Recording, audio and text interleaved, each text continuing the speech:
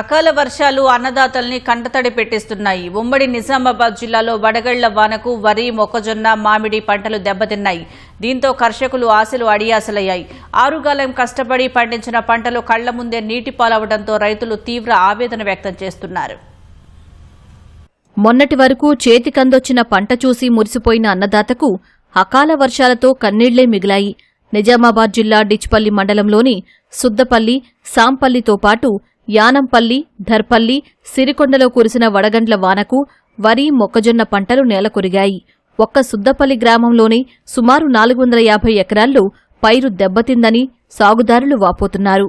అకాల వర్షం వల్ల చేతికొచ్చిన పంట దెబ్బతిందని, పెట్టుబడి కూడా వచ్చే పరిస్థితి లేదని రైతులు ఆవేదన చెందుతున్నారు. అప్పు చేసి మరీ పంటను కాపాడుకుంటే చివరికి కన్నీరే మిగిలిందని అన్నదాతలు కంటతడి పెడుతున్నారు. సుమారు 500 ఎకరాల మొత్తం ఈ వడగండ్ల వానకు మొత్తం పంట నష్టం జరిగిపోయింది.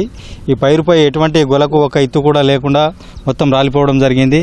కోసే దశలోనే ఇటువంటి అకాల వర్షం అనుకోకుండా రాత్రిపూట రావడం వల్ల ఎటు కోలుకోలేని పరిస్థితిలో అంతా నష్టం జరిగిపోయింది. 3 లక్షలు ఖర్చు పెట్టినాము.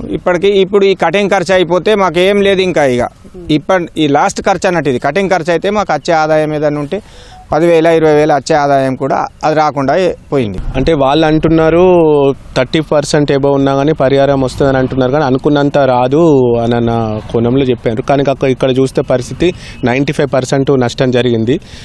కాబట్టి మేమైతే కోరుతున్నాం దీన్ని దృష్టిలో పెట్టుకొని రైతులకు, కౌలు రైతులు ఉన్నారు కాబట్టి, అందరు ఉన్నారు కాబట్టి వాళ్ళు ఆరుగాలం పండించి 2 రోజులలో కోస్తే వచ్చే పంటకు ఇంత నష్టం జరిగింది కాబట్టి తగు విధంగా అంచనేసేసి పూర్తి పరిహారం అందించాలని మేము కోరుతున్నాం. కౌలు చేశాను, 7 ఎకరాలు వేసాను. 7 ఎకరాలకు దాంట్లో 90% పోయింది సార్.